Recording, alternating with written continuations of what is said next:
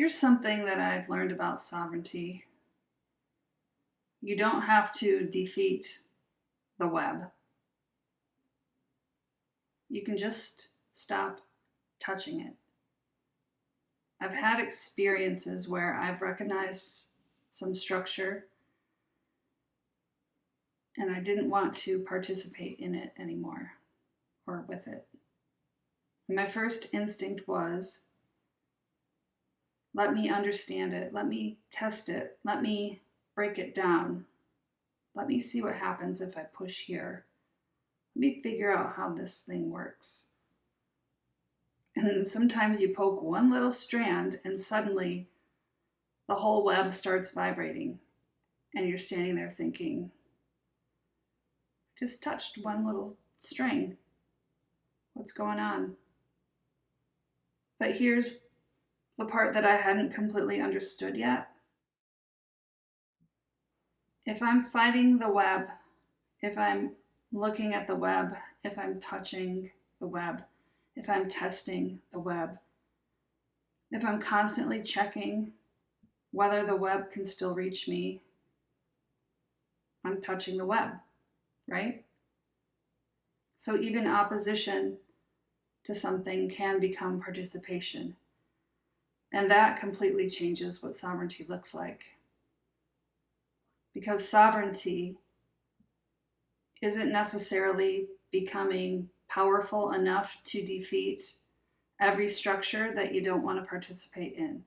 Sometimes sovereignty is much quieter. You remove your hand. You don't need to prove that the web exists. You don't need to understand every strand. You don't need to trace where every strand goes. And you don't even need the web to disappear. Because its existence and your participation in it are two different things. There's a rose growing 5 feet away. Just go stand over by the rose.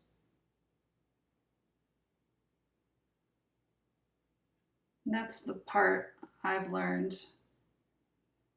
Not how do I make sure the web can never move again, or how do I make sure I never get tangled in it, but instead I ask, where am I participating now? And that's a completely different orientation. And it's also one of the simplest forms of sovereignty.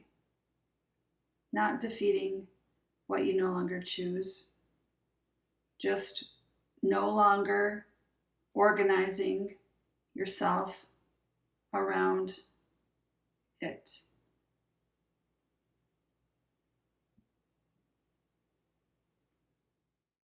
Sovereignty doesn't equal successful resistance. It is the end of organizing yourself around the thing you are resisting.